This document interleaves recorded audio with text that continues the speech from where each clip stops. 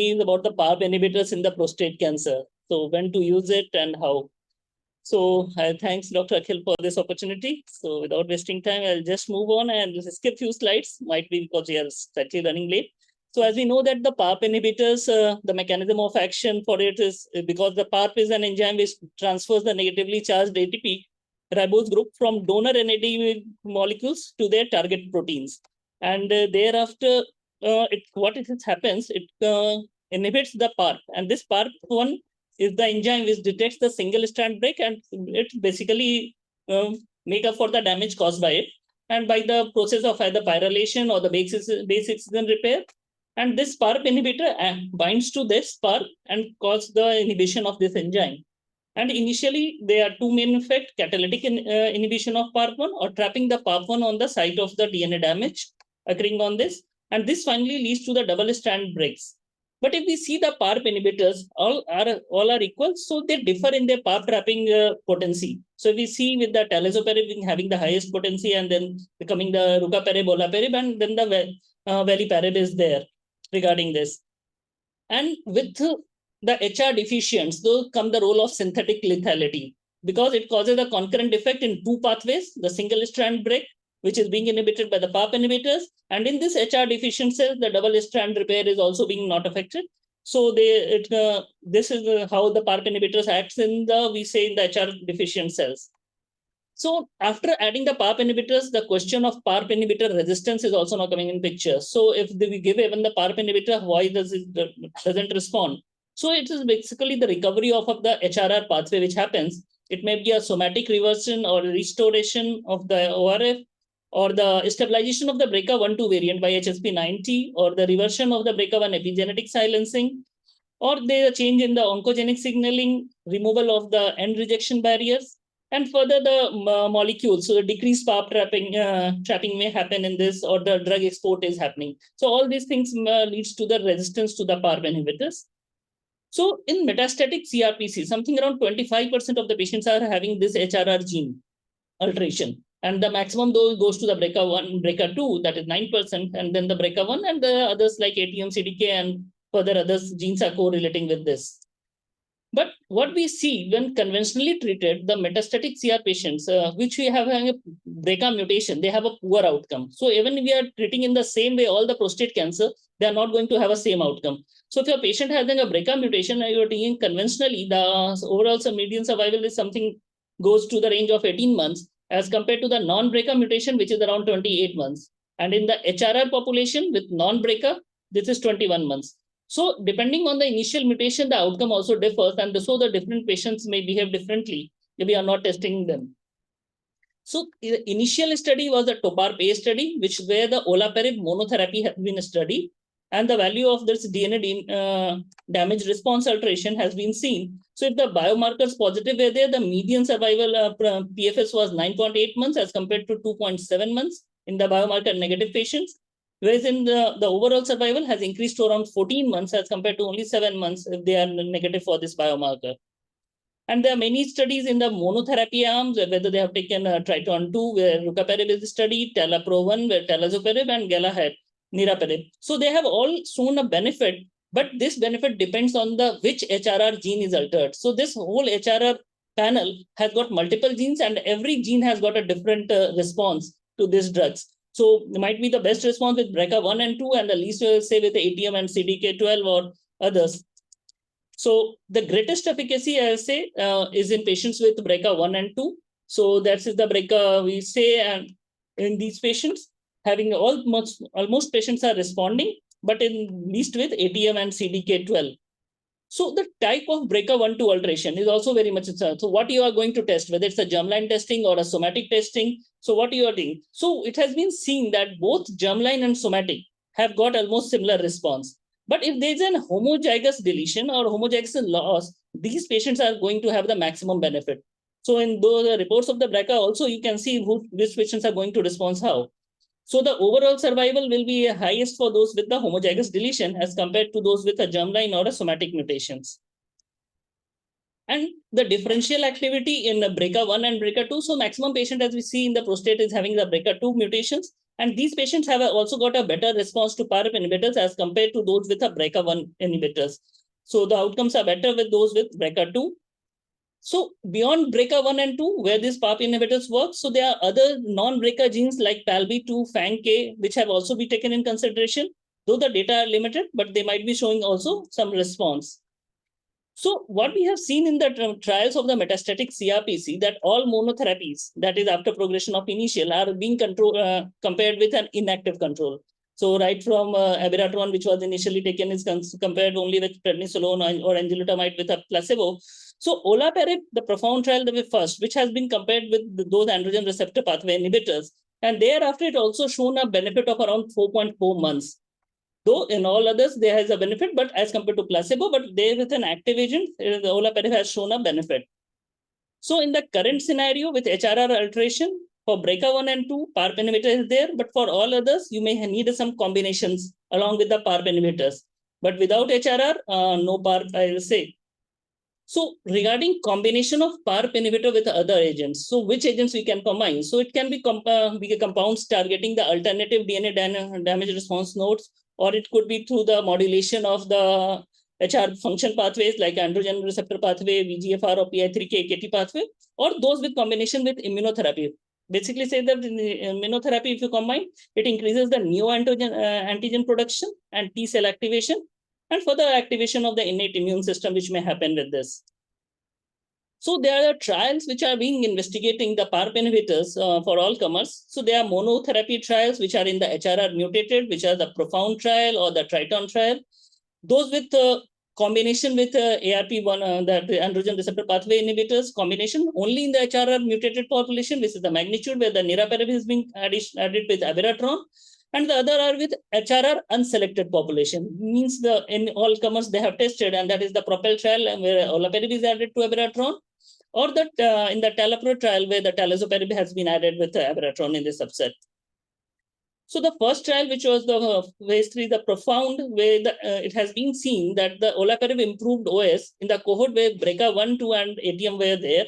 But in the other cohort, which are HRR gene, olaparib has not shown to be improving OS, though the PFS benefit was seen in both. The TRITON 3, where the rucaparib has seen to prolong the radiographic PFS in metastatic CRPC patient with BRCA alteration, but not with the ATM alteration. So definitely in the BRCA subgroup patient, the rucaparib has shown OS 11.2 months as compared to 6.4 months in the control. Whereas those with the ATM subset, it hasn't failed to show any benefit in this 3. Then the first came the combination, the first phase 2 trial where the olaparib and abiraterone has been combined. It has shown a statistically significant improvement in the progression-free survival, irrespective of the HRR mutation. So whether they are HRR, non-HRR population or HRR mutant, in all the subgroups, this has found to show a benefit. So thereafter comes the phase 3 trials, the PROPEL, which has also already discussed, that has taken in consideration docetaxel has been allowed in this trial, but later on, and if the patient have received the NHAs, it is but have stopped for more than a year, they have also been included. Thereafter came the magnitude trial, in which the niraparib has been studied. But the important thing is to remember that the HRR backbones are in all the trials are different. In the TALAPRO 2 trial, the talazoparib has been studied in the combination. Prior abiraterone or docetaxel has been involved in this. So there are many things different in these trials, which I'll discuss. So why we combine this PARP inhibitor with this NHAs? So there are two ways. Either it could cause an AR inhibition.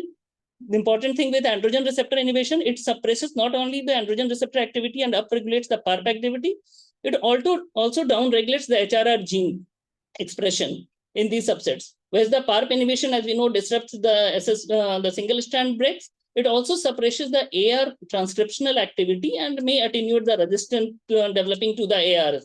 So it may be also causing a synergy is acting when we combine with these two drugs. So the PROPEL subgroup shows a benefit in almost all the subtypes, whether they are found to be HR mutant or the HRR non-mutant we have studied. But the magnitude trial, so this trial has been stopped initially because of early futility analysis, because there is no benefit of niraparib in combination in HRR non-mutated population. So if these patients who have don't have an HRR mutation, this drug is the combination is found not to be working in that. In the TALAPRO-2 trial, so this trial shows a clinically meaningful reduction in the risk of progression or death, but regardless of the HRR status. So whether it's a HRR deficient population or it's a HRR non-deficient one. So in both subset, the drug talazoparib has found with enzalutamide combination has found to show a benefit in these subsets. So what we have seen until now that in the PFS benefit is in patients unselected for HRR alteration has been reported in the two trials, that is PROPEL and TALAPRO, but magnitude has failed to show this benefit in the unselected population. So whether it has to be given for all comers, it is not still clear. So if we see divide the patients in BRCA or HRR deficient or HRR non-deficient and in all comers, what we see in the PROPEL shows benefit clearly. It has not been reached the PFS as compared to 8.4 months. Similarly, in the TALAPRO-2, the hazard rate is of 1.2. In the magnitude, there is a 16.6 month as compared to 10.9 months. So in BRCA population, so all these drugs are working. In HRR deficient, still all the three drugs are found to be working. But for HRR non-deficient or unknown, so magnitude trial is failed to show a benefit in this subset of the patient, though PROPEL and TALAPRO is still showing a benefit. And in all comers also, means all unselected subgroup, it is seen that the PROPEL trial is showing around the benefit of 24.8 months PFS as compared to 16 months. And in the talazoparib group, it was a non-reaching versus 21 months. So if we see where to consider based on the PFS data only, so for all comers, still PROPEL and TALAPRO suggest you can use it, but from the magnitude trial, it is not being effective. If we take the OS data after the progression-free survival data, so it is now available for the PROPEL, which shows a trend towards OS benefit across both HRR mutated or non-mutated subgroup. So both the subgroups are found to be showing a benefit in this patients. It is better across both. So the HRR deficient population in the TALAPRO-2, the data are immature right now, only 24% maturity over is present, and still it is found to be showing a benefit. So in all comer populations, both PROPEL and TALAPRO-2 is showing some benefit, but not clearly. Finally, the magnitude final analysis 3-year data has now come in, has been presented this year ASCO only, and it has, but this has shown that the safety OS is only present in the favorable in BRCA positive patients. In the BRCA negative patients, it has failed to show this benefit. Quality of life, if we add these two drugs, it is found to be there is no detriment. It is found to be equivalent in all the three trials. So the regulatory approval, what has been come? So the first approval came in the year 2022, where the EMA, the European Medical Agency, has recommended that you can add abiraterone and prednisolone for any patient in whom chemotherapy is not indicated. Means for all comers, they have approved. Thereafter, the FDA panel has voted that olaparib abiraterone indication should be restricted to BRCA mutant population. So after a year, 6 months, the other agency comes in picture. Thereafter, niraparib come in picture, but it has also been restricted to BRCA1 and 2 mutations in this subset. And finally, the FDA have approved now talazoparib and enzalutamide for HRR gene mutated population only in this subset of the patients. So at present, if we say where to add this, so for few patients, all those with BRCA mutation, you can surely add HRR deficient population, surely. But for HRR non-deficient and all comers, still the data is vague regarding this subset. And if you see the regulatory authorities, if you want to go with the EMA, still they have got an approval for all patients. You can give olaparib and abiraterone acetate. But from FDA, they are restricted to BRCA1 and 2 or with talazoparib with HRR subgroup of patient where you can give these drugs. So how to guide treatment decision? As we know that we take in consideration patient-related factor, drug-related, and the insurance-related things. But now the tumor biology is that's the most important. That is the predictive biomarkers you have to take in consideration in these patients. And if we add this PARP inhibitor with androgen receptor inhibitors, so there's a hierarchical benefit. So BRCA mutation patients have got the best benefit, followed by the HRR mutated patient, and thereafter the non-HRR. And if you take an unselected cohort, means you are not testing, so these patients might be coming some between HRR mutated and non-HRR mutated and showing the benefit. So it's all the data work which has been done in this subset. Toxicity wise, surely if you add olaparib with any of the drugs or talazoparib, so the toxicity increases. The grade 3 toxicity sometimes increased to triple, we'll say from 3% to going to 16% if you add olaparib, and with NJ it is going from 4 to 46%, and in niraparib also 8.5 to 30%. And it's mostly the hematological toxicity, that which is the anemia, thrombocytopenia, or neutropenia, which may be happening in this group of patients.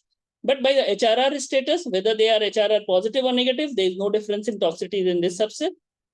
So how much benefit justifies the increased side effect, we will say, of intensified therapy? So if there is no difference in toxicity based on the HRR status, you can use that. And if the available biomarkers are there to say which patients are going to be benefit, in those patients you are used. So right now, PARP inhibitor significantly improves the outcome of BRCA mutant patients. So BRCA patients with advanced prostate cancer should be offered these PARP inhibitors. Important thing to always remember that the HRR mutant population in the different studies, whether it is a Propel, Magnitude, or Talopro, so they have all taken different HRR panels. And these HRR panels are varied across the studies, so you cannot generalize them. So they all have a different prognostic impact and confers different sensitivity to these PARP inhibitors. So these are heterogeneous population. Propel has shown a definite benefit. Magnitude has shown a less benefit in this group of patients. So because of this heterogeneous population, you have to take care which patient you have to give and which to know. So for ATM and PALB2 and basically ATM and CDK12, you still have to think over twice before giving this.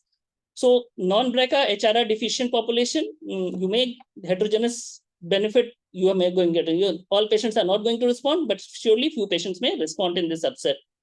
And these patients may need to be better characterized, I'll say. So undetected HRR deficiencies, whether they are sensitive or not, we need further studies in this subset.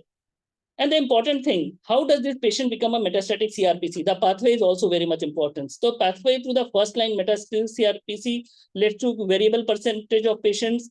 In this, how much patients have initially received abiraterone or enzalutamide is also taken into consideration, because if the patient have progressed to initial, in all these trials, they are very much underrepresented. So you have to take care of that also. And there's an unclear benefit of, even if the patient have progressed on abiraterone, you are adding olaparib to abiraterone or talazoparib to enzalutamide. So whether they are going to work or not, it is not clear. And what happens if you add docetaxel to those patients after progression? So if the next line is docetaxel, the data is not clear. So would it be different? We don't know still for these patients. The other things like immunotherapy. So the PARP inhibitor has been combined with immunotherapies also, and they have shown a benefit, but the benefit is only restricted mainly to the BRCA mutated population. So whether immunotherapy is adding to that, we clearly don't know. Whether it's pembro or the nivolumab has been taken in consideration with rucaparib, the checkmate 9KD studies. So they have also shown a benefit, but it is mostly been driven by the PARP inhibitor rather than the immunotherapy, will say. Olaparib has also been studied with sedaranib, and they are mostly benefit in the HRR deficient population as compared to the all comers in these subsets. This study has also been discussed by the nuclear medicine colleague, that the LUPARP study, where the lutetium has been combined with olaparib, and they have been taken the initial metastatic CRPC post enzalutamide or abiraterone. These patients have been studied, so study is awaited. Important is the next generation PARP1 inhibitors. So this PARP1, what we see the toxicities with the PARP, it happens due to the PARP2, which involves the hematopoiesis. So if we are using more selective, only PARP1 selective inhibitor, so we are going to overcome the toxicity. And this new drug is in a trial, AGD 5305, which will be now coming, and they may reduce the side effect profile in near future. So as we see the near treatment landscape for metastatic CRPC, from the first line, you may either go for either chemotherapy, immunotherapy, I'll say skip to them.